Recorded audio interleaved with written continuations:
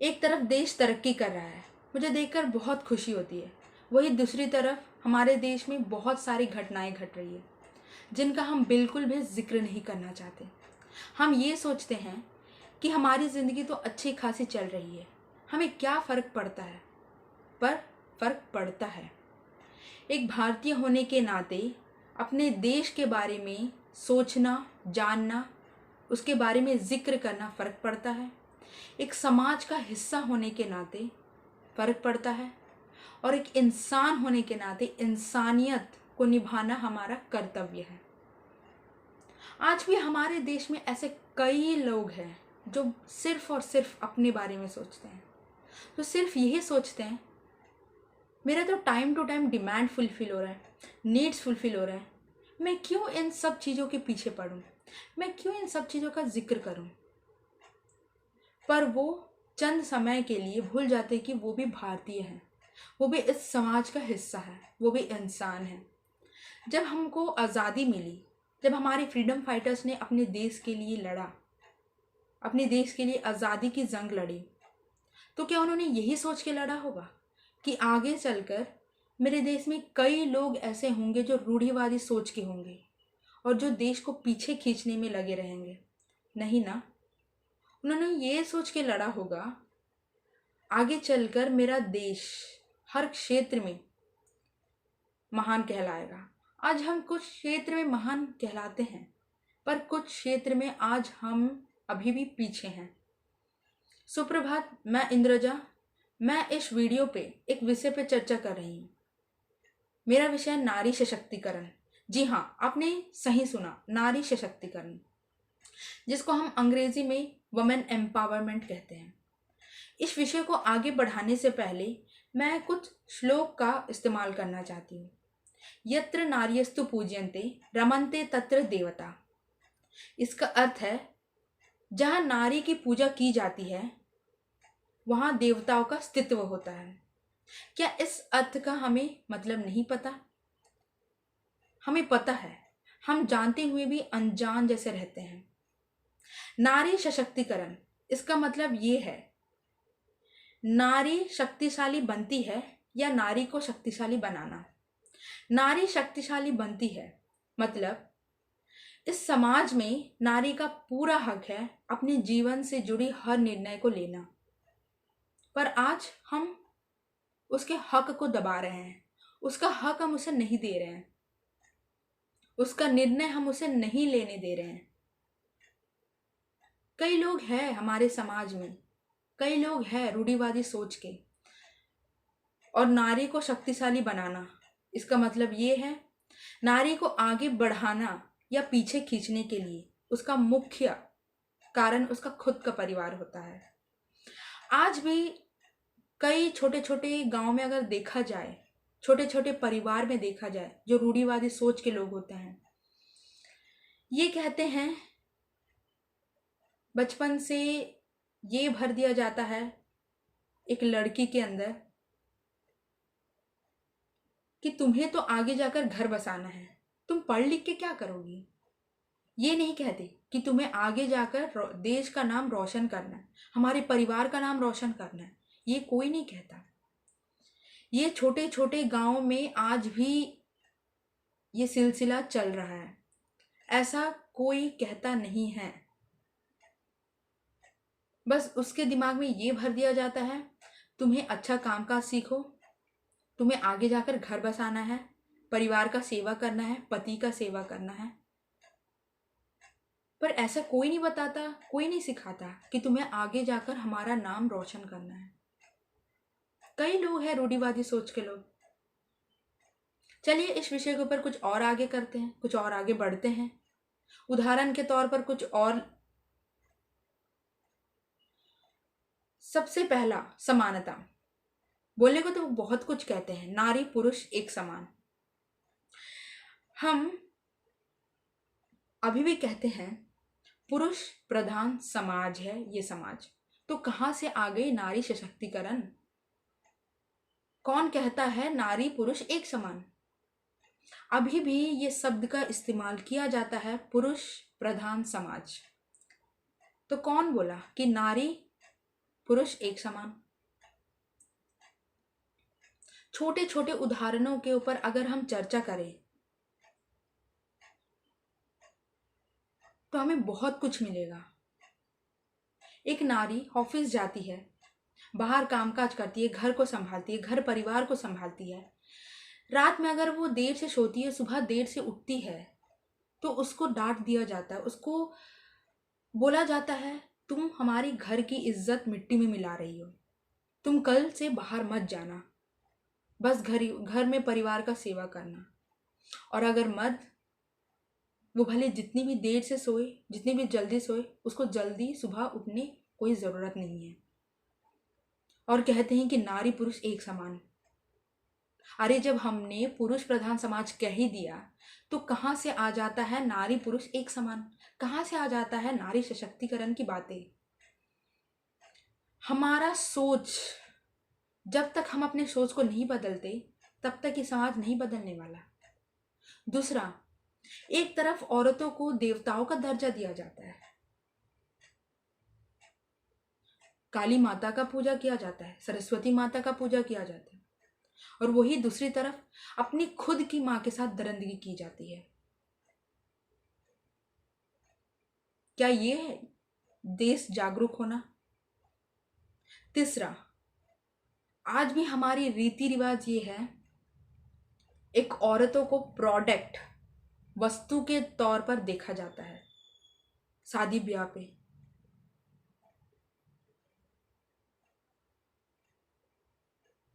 आज भी कई लोग ऐसे हैं, कई हमारे समाज में आज भी कई ऐसे रूढ़िवादी सोच के लोग हैं जो ये कहते हैं, मैंने खुद सुना है, अपने घर के पास मैंने खुद देखा है, एक लड़की का रिश्ता आता है, उसके ससुराल वाले बोलते हैं तुम कितनी भी पढ़ी लिखी हो, हमें कोई मतलब नहीं, भले तुमने 12वीं किया है, भले तुमने 10वीं किया है, भले तुमने 8वीं किया है, हमें कोई मतलब नहीं, तुम्हें घर परिवार संभालना आना चाहिए, तुम्हें खाना बनाना आना चाहिए, हम तुम्हें कहीं बाहर नहीं भेजेंगे पढ़ने या नौकरी करने।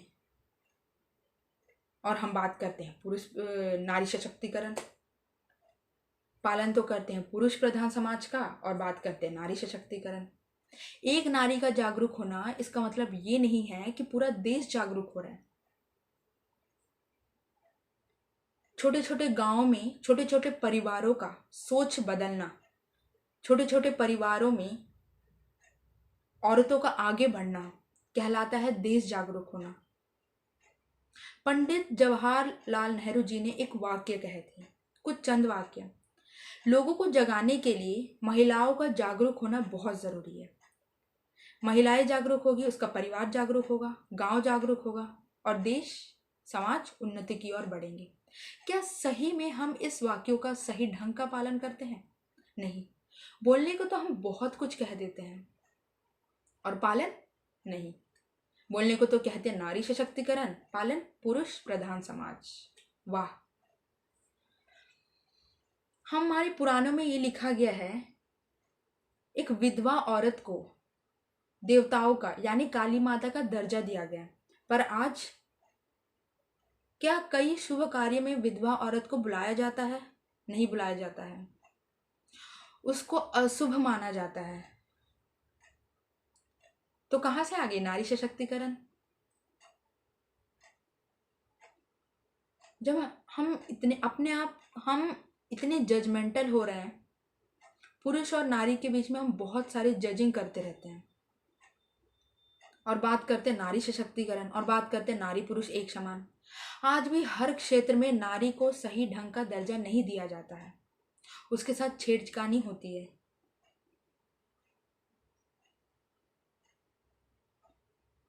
वो अगर कहीं बाहर से आए, देर रात से आए या लेट नाइट से आए, उसका कोई सेफ्टी नहीं है।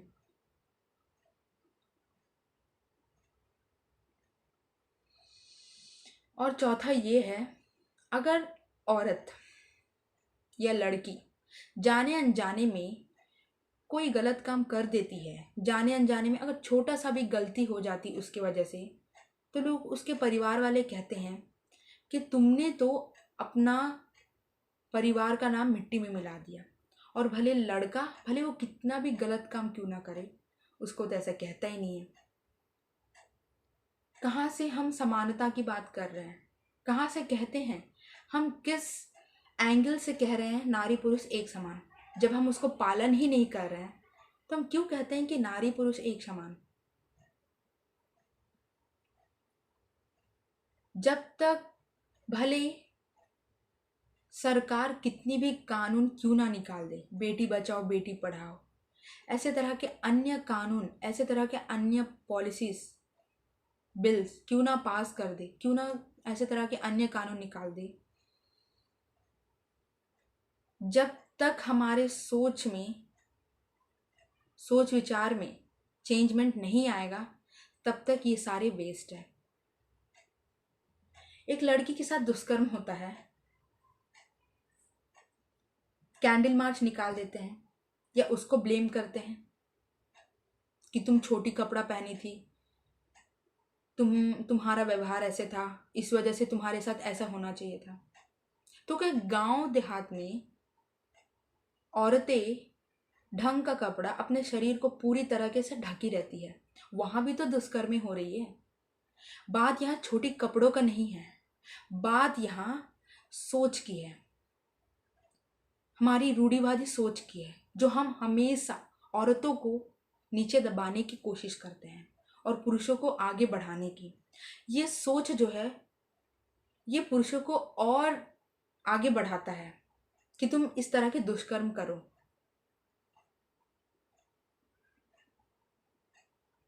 हम औरतों को जज करते हैं कि तुम्हारा कपड़ा ऐसा नहीं है, पर क्या हम पुरुषों के सोच पे जज करते हैं? क्या तुम्हारा सोच ऐसा है, तुम अपने सोच को बदलो? नहीं करते। क्यों? पुरुष प्रधान समाज है और बात करते हैं नारी सशक्तिकरण।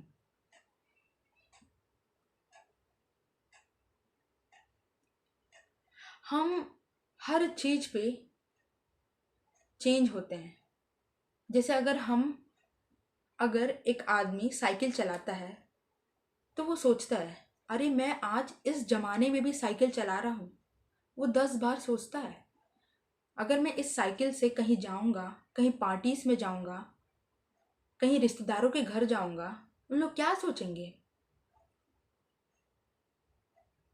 जिस तरह हम अपने लाइफस्टाइल को चेंज करने में हम अपनी सोच को बदलते हैं, उस तरह महिलाओं के विषय पर हम अपनी सोच को क्यों नहीं बदलते?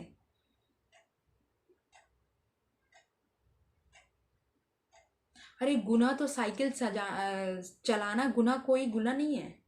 गुनाह तो ये है तुम अपने घर की महिलाओं को नीचा दिखाना, गुनाह वो है। अगर बंदा छोटे झोपड़ी पे रहता है तो गुनाह वो नहीं है।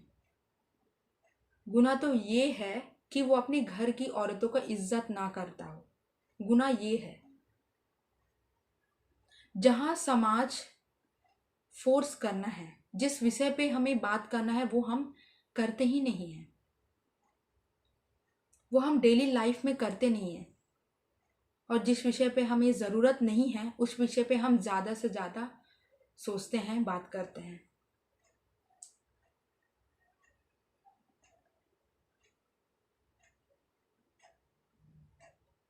क्या यही कहलाता है नारी का जागरूक होना? यही कहलाता है देश का जागरूक होना?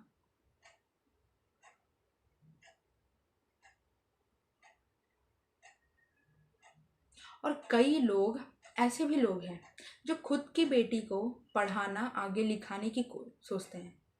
और कई लोग ऐसे हैं जो दूसरी की बेटी के साथ दुष्कर्म करते हैं।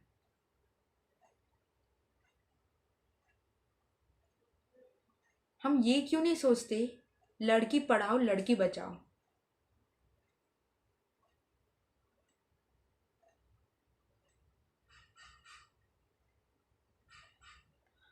अभी भी हमारे सोच में बहुत कमियां हैं। हमें कानून को ब्लेम करने से या सरकार को ब्लेम करने से कुछ नहीं होगा। ये समाज आगे नहीं बढ़ने वाली। ब्लेम तो हमें खुद को करना चाहिए, जो हम ऐसे रूढ़िवादी सोच लेके चलते हैं। जो हम ऐसी रूढ़िवादी सोच लेके समाज पे कदम रखते हैं। ब्लेम तो और शर्मनाक तो हमें खुद पे होना चाहिए, हमें खुद के सोच पे होना चाहिए। आज भी कई जगह महिलाओं को दहेज के तौर पर सताया जाता है।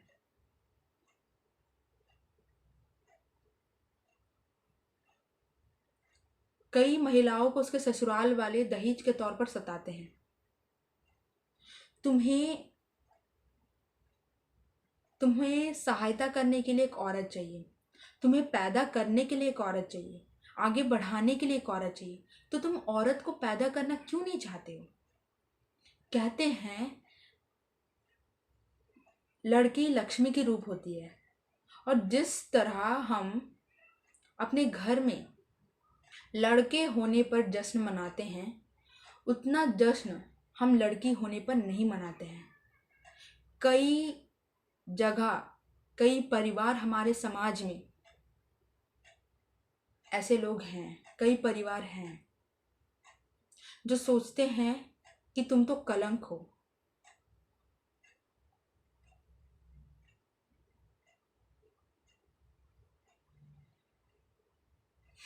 और बात करते हैं नारी सशक्तिकरण, कहते हैं पुरुष प्रधान समाज, और करते हैं नारी सशक्तिकरण की बातें।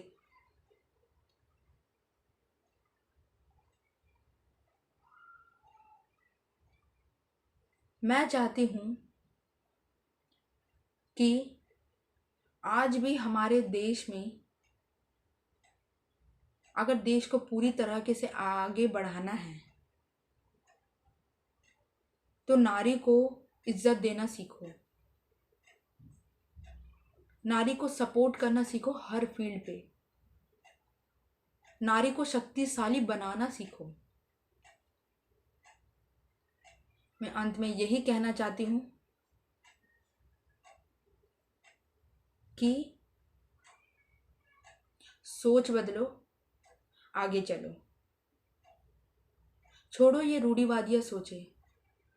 जो सोच तब जमाने की होती थी, तब का जमाना अलग है, पहले के जमाने अलग है। अब हम पढ़े लिखे हो चुके हैं,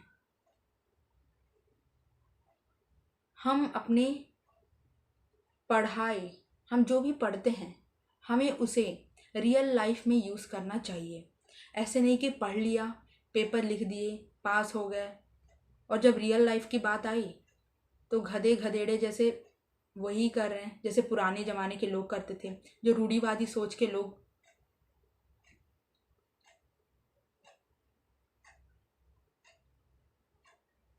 सोच बदलो, आगे चलो। धन्यवाद।